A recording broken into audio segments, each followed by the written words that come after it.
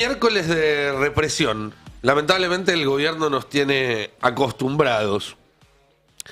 Lo que vimos en el Congreso y en las inmediaciones ayer ya es parte del paisaje político al que nos somete este gobierno, como un recordatorio habitual, una alarma que suena en tu teléfono todas las semanas para hacerte acordar que si no estás contento y salís a protestar, te van a cagar a palos.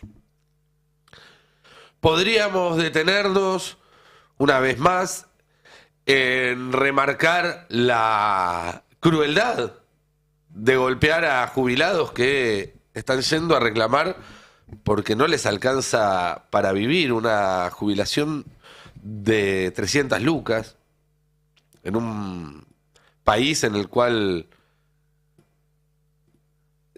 zafar de la pobreza más absoluta sale por lo menos el doble que eso para una persona con las necesidades de un jubilado. Podríamos hablar también de cómo una vez más la prensa es el blanco predilecto de las fuerzas de seguridad que conduce Patricia Bullrich, y eso no es casualidad, sino que es premeditado. Como ayer detuvieron a 2 fotógrafos, los tuvieron varias horas detenidos, gasearon y cagaron a palos a camarógrafos, a periodistas, a nuestra compañera Lula González, que va a estar en un rato acá en el pase con nosotros para contar en primera persona esa experiencia. Podríamos hacer el foco en los infiltrados de siempre, en el anuncio de Patricia Bullrich sobre el peligro de grupos anarquistas y que luego aparezcan escudos de la policía prolijamente grafiteados con la A anarquista. Esta vez por lo menos se aprendieron el símbolo y no lo hicieron con un corazón como otra de las veces que actuaron. ¿Se acuerdan ahí? En un acto durante el macrismo, en un acto en el N de Ateneo. Era el estreno del documental sobre Santiago Maldonado y aparecieron unos anarquistas que dejaron grafitis donde el símbolo anarquista era una A dentro de un corazón. Se ve que los habían googleado mal. Pero, insisto, no vamos a hacer foco ahora en ninguno de esos temas que ya han sido muy hablados, sino, y brevemente, en otro, porque lo que también estamos empezando a ver es cada vez más a policías actuando con sus rostros cubiertos. Ayer Carlos Brigo, uno de los grandes fotoperiodistas que tiene este país, hizo esta foto de uno de los agentes de seguridad con una máscara más propia de un grupo de ultraderecha que de una fuerza de seguridad profesional, con esa calavera horrible.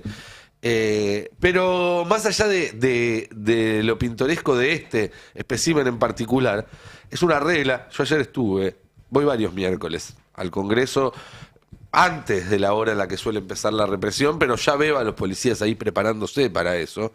Y están todos con sus rostros cubiertos. Algunos usan las máscaras antigás con la excusa de protegerse de los gases que ellos mismos tiran. Otros, este tipo de disfraces nefastos. Y me acordaba ayer mientras caminaba entre estos policías de que hace algunas semanas, después de la marcha en la cual sufrió un tiro en la cabeza a Pablo Grillo, otro camarógrafo que estaba allí cubriendo, Milei dio un discurso justificando el accionar policial, diciendo quiénes son los buenos y quiénes son los malos. Y me parece que viene a cuento traer esa caracterización del presidente. No casualmente mi eslogan coincidía con alguien que compitió conmigo y que su grandeza permitió que se sumara a este gobierno, que era en materia de seguridad, el que las hace, las paga. Los buenos son los de azul. Y los hijos de puta que andan con trapos en la cara y rompen autos, queman autos y amenazan a toda la gente porque no quieren perder sus curros, esos son los malos y esos son los que tienen que ir presos. Y los vamos a meter presos. Vamos a defender a la República. Porque no es que vienen contra mí, vienen por ustedes. Yo solo estoy en el medio. Bueno, parece que los que tienen la cara tapada, los que amenazan a la gente, los que prenden fuego a autos, son los policías de Bullrich y de Milei. Dicho sea de paso, todavía no sabemos quiénes prendieron fuego el auto de Cadena 3, ni el patrullero en otra marcha posterior. No hay ningún responsable que haya pagado por eso. Y a más de 2 meses de que Pablo Grillo recibiera un tiro en la cabeza, Pablo Grillo que sigue luchando por su vida, el gendarme que disparó no fue ni siquiera citado a declarar. No tuvo ningún tipo de sanción interna tampoco, y solo sabemos su nombre, cabo Héctor Jesús Guerrero, por una investigación de otros camarógrafos y fotoperiodistas del mapa de la policía que se hizo cargo de aquello que ningún fiscal tuvo el coraje para hacer. Decíamos, el gobierno no tomó ningún tipo de medida contra el autor del disparo que hizo que Pablo Grillo, a más de 2 meses, siga luchando por su vida. Pero sí contra el fotógrafo que ayudó a detectar al cabo Guerrero, que es un compañero nuestro, Caloyan Santos, que después de todo este proceso y tras haber brindado la foto donde se veía la placa que identificaba al autor del disparo, fue despedido de su trabajo en la Secretaría de Cultura, obviamente en represalia por hacer esto. Está claro entonces que este es un gobierno para el cual estos actos de violencia no son un efecto no deseado, sino que son exactamente lo que vienen a buscar, premian a los que lo hacen, protegen a los que lo hacen y atacan a los camarógrafos, periodistas, cronistas que van a dar cuenta de esto, que van a hacer que esto se sepa más allá de quienes pasen por allí. Y obviamente también a los jubilados y a todos los que van a protestar. Hubo más de 80 heridos en la protesta de ayer y ese número es récord en esta clase de represiones de los miércoles.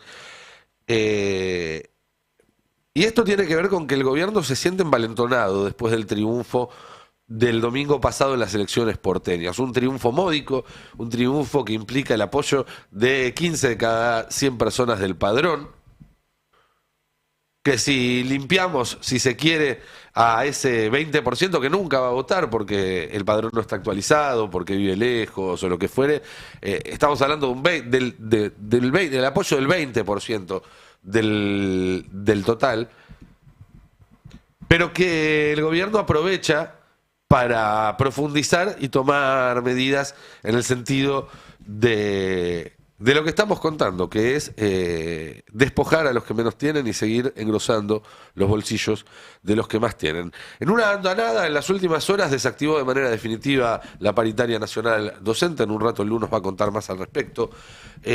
Van a anunciar en las próximas horas otro paso hacia la dolarización de la economía, porque todo este chiste de los dólares del colchón, el blanqueo sin pasar por el Congreso y demás, no es más que un paso más en la dolarización de la economía, y la dolarización de la economía es cristalizar todas las políticas regresivas de este gobierno para que ningún gobierno posterior las pueda deshacer. Y esto lo explicaba de forma transparente el ministro de Economía, Luis Caputo, el otro día cuando hablaba con empresarios norteamericanos de la AmCham. No es como se viene diciendo, para nada, no tiene nada que ver ni con un blanqueo, ni con los montos esos que ponen de $100.000, ni nada. Les diría que lo que vamos a hacer es algo mucho más profundo, mucho más profundo. Es un cambio es el inicio de un nuevo régimen, yo diría, de alguna manera. ¿Qué es lo que pensamos? Nosotros tenemos la visión que en Argentina el nivel de informalidad es tan alto producto de 2 razones. No solo es el exceso de impuestos que cobramos desde el Estado, sino el exceso de regulaciones. Argentina es un país que se ha acostumbrado a regular para la excepción. Asume que el 99,99% de la gente periódicos son delincuentes. No es así. Entonces vuelve loco a todo el mundo porque, digamos, llevamos esto a un nivel de locura que hace que la gente le escape a la formalidad. No es casualidad que el mismo argumento que usa Caputo para justificar la dolarización del país y levantar cualquier tipo de control sobre el ingreso de capitales ilegales, que sabemos que en su mayor parte vienen de actividades como el tráfico de armas, el tráfico de personas y el tráfico de drogas. Y es exactamente el mismo argumento el que usa el ministro de Economía que el que usó el presidente Milei para justificar la desregulación de la tenencia de armas. Dijo, no podemos hacer que el 99% de la población pague por el 0,1% que es narco. ¿Sabe cuál es el problema? Que cuando el Estado se corre de los lugares de control, te deja tener armas sin controlarte, entrar plata en negro sin controlarte, gastar dólares sin controlarte, ese 0,1% que es narco, te controla el país. En México no son todos narcos. Son muy poquitos narcos y controlan todo el país. En Colombia, en Brasil, en Ecuador, no son todos narcos. Son muy poquitos, pero tienen una fuerza suficiente que hacen que todo, la política, la economía, las medidas de seguridad, la vida cotidiana de las personas, de los países o de las zonas controladas por el narco, gire en torno a las reglas que pone el narco. En Rosario no son todos narcos. Sin embargo, con estas medidas que toma el gobierno, está haciendo todo lo posible para que esa pequeña porción, que sí lo es, narcos o algún otro tipo de negocio ilegal, como la corrupción, sean quienes puedan poner las condiciones, y no los vecinos de a pie, los que trabajan, los trabajadores activos o los jubilados, como veíamos recién.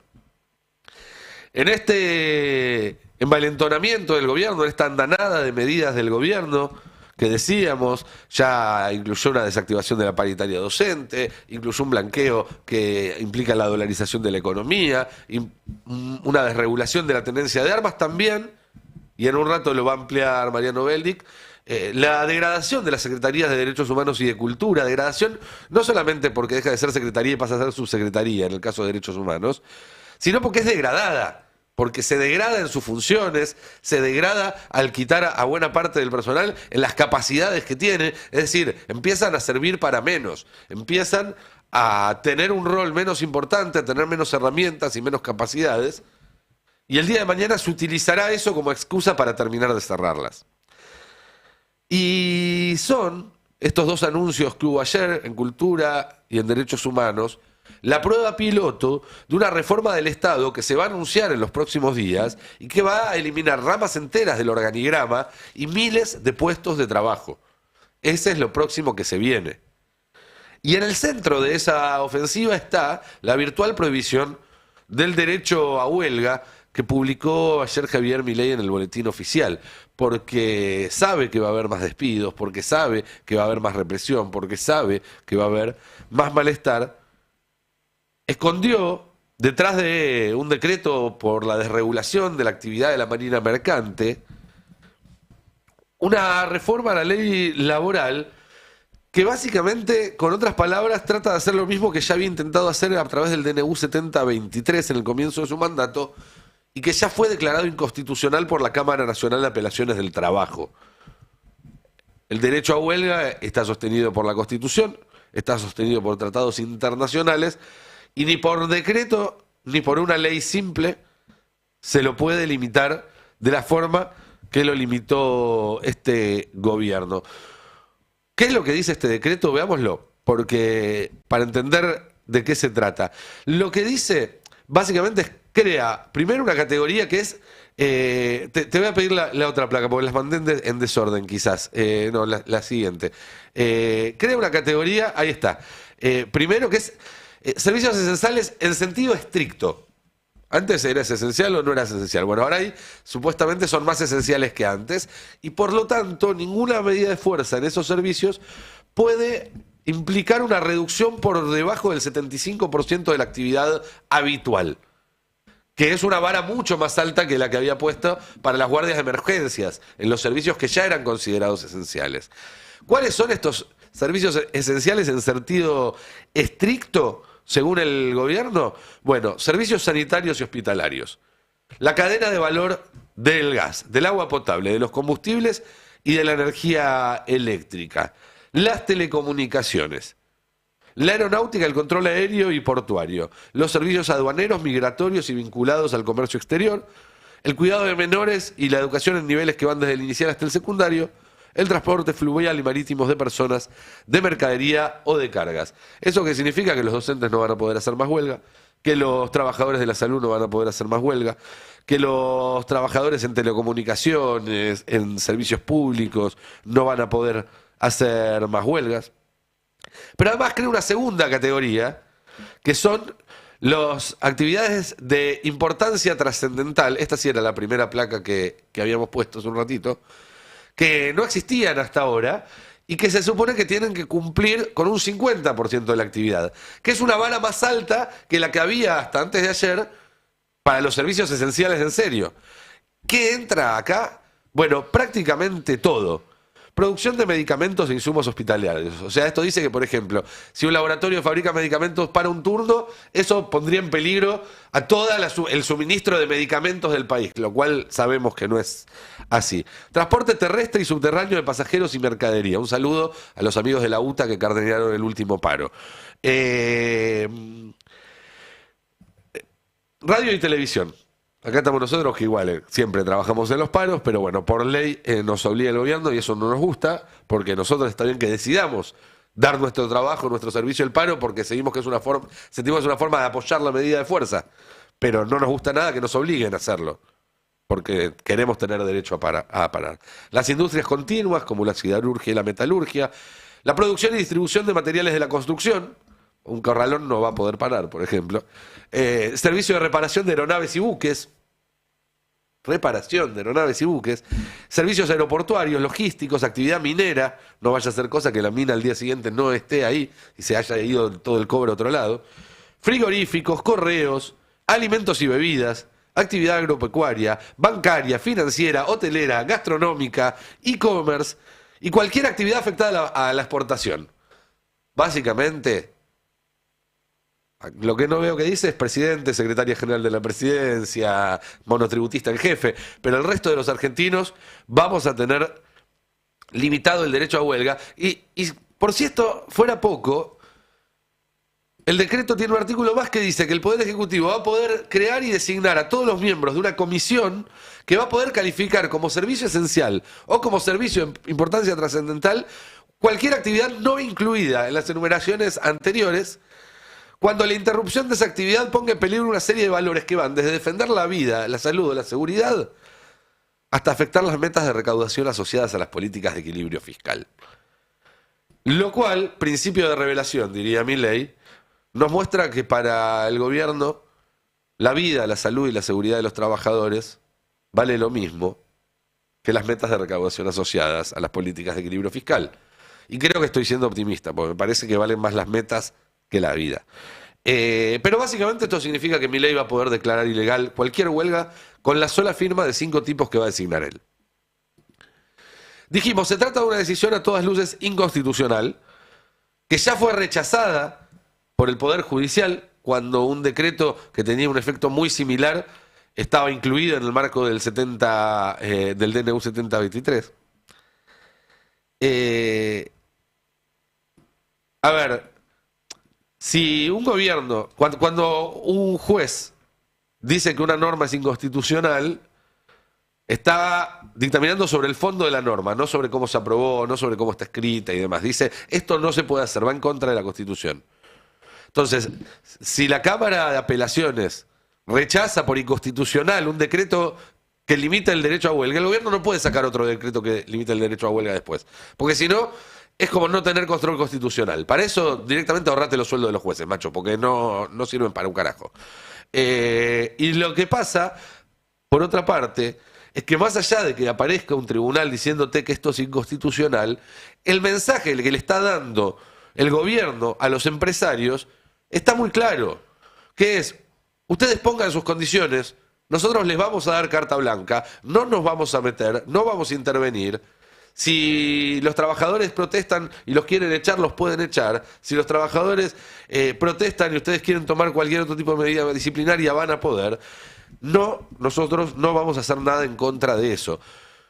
Y con las paritarias pisadas muy por abajo de la inflación, con la destrucción del trabajo formal que hay, la conflictividad social va a ir en aumento. Entonces el gobierno empodera a los empresarios para de alguna manera tercerizar parte del trabajo represivo.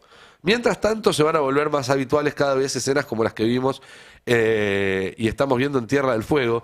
Compartimos este video hace un rato, pero quiero mostrarlo de nuevo porque realmente hay pocas cosas más importantes que esa sucediendo y además para mostrar la entereza de un pueblo que está plantándose ante un gobierno, algo que mucha gente mucho más poderosa que estos fueguinos no está haciendo. Estamos pasando muy mal. Vinimos hace 40 años a la isla por un trabajo. Hicimos una familia en estos galpones, como dice el presidente. Hicimos una familia, hicimos nuestro hogar. Y hoy nos deja de lado, así como si nada, como que no importa. Nosotros somos seres humanos, somos argentinos y nada, nos quiere vender nuestra tierra. Eso pasa, es muy doloroso, es muy triste estar en esta situación. Capaz que ustedes lo viven de lejos y no se dan cuenta, pero hay que estar acá, hay que vivir en Tierra del Fuego. Señor presidente, esto no sirve para un parque de diversiones. Esto es la lucha día a día, señor presidente, por favor. Tengo 55 años, ¿dónde voy a buscar trabajo? No me puedo jubilar y como vamos, la jubilación tampoco parece que va a llegar. Entonces, ¿qué? En Tierra del Fuego ganó Milei. Y no digo esto en plan, ahora jódanse. Porque la verdad es que si ganó Milei es porque todos habían hecho las cosas tan mal que la gente decidió incluso elegir a Milei antes que las otras opciones. Y eso no es culpa de la gente. Porque Milei les mintió a los fueguinos, como le mintió a los argentinos, diciendo que no iba a hacer lo que finalmente está haciendo. Pero digo que en Tierra del Fuego ganó Milei y que seguramente mucha gente que lo votó es la que está ahora en las vigilias, porque las señales que hace el gobierno, así como las interpretan los dueños de las empresas y saben que tienen carta blanca para hacer lo que quieren, también los interpretan los trabajadores y se dan cuenta de que este gobierno no es para ellos. Y que este gobierno puede estar 1 año, 2 años, 4 años, 10 años y no va a tomar una sola medida en favor de los trabajadores porque no es a eso a lo que vinieron. Y como dijo el propio Milei, la gente va a hacer algo antes de morirse de hambre. Y cada vez más gente se va a dar cuenta que el destino que le espera, si deja que este gobierno siga avanzando y haciendo todo lo que pretende hacer, es morirse de hambre. Y cada vez más gente va a decidir que va a ser el momento de hacer algo. Y si cuando llegue ese momento la huelga está prohibida, bueno, harán otras cosas. Porque esto es importante entenderlo, y lo dije una vez y lo voy a decir muchas veces más. La regulación del ejercicio de la protesta se hizo para proteger a los dueños, no a los trabajadores. Antes de que se regulara el ejercicio de la protesta y hubiera una ley que diga el que quiere protestar puede hacer esto en estas condiciones, la gente, cuando no daba más, cuando las condiciones de su trabajo eran insostenibles, protestaba de otras formas. Por ejemplo, prendiendo fuego fábricas. Por ejemplo, colgando a los patrones. No digo que esté bien, ¿eh? Digo que es lo que pasa cuando te cierran todas las otras salidas, porque como bien dijo el presidente, la gente antes de morirse de hambre algo hace.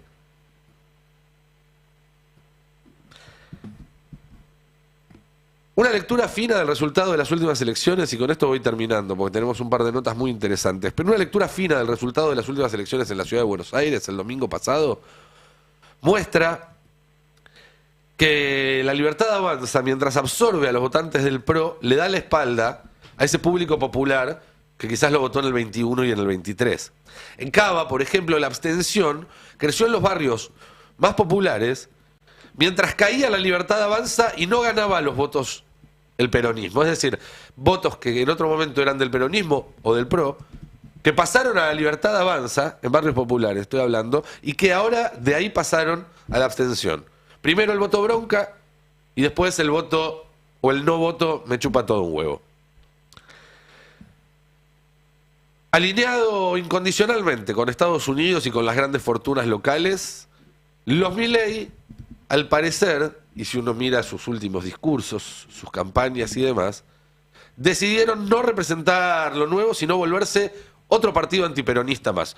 Otra expresión de lo viejo. Y esa no es una buena noticia para Milei, porque si se convierten solo en el vehículo del antiperonismo, corren el riesgo de tener el mismo destino de los otros que ya hicieron esa aventura. Spoiler, cuando se acaben los dólares, se acaba el gobierno.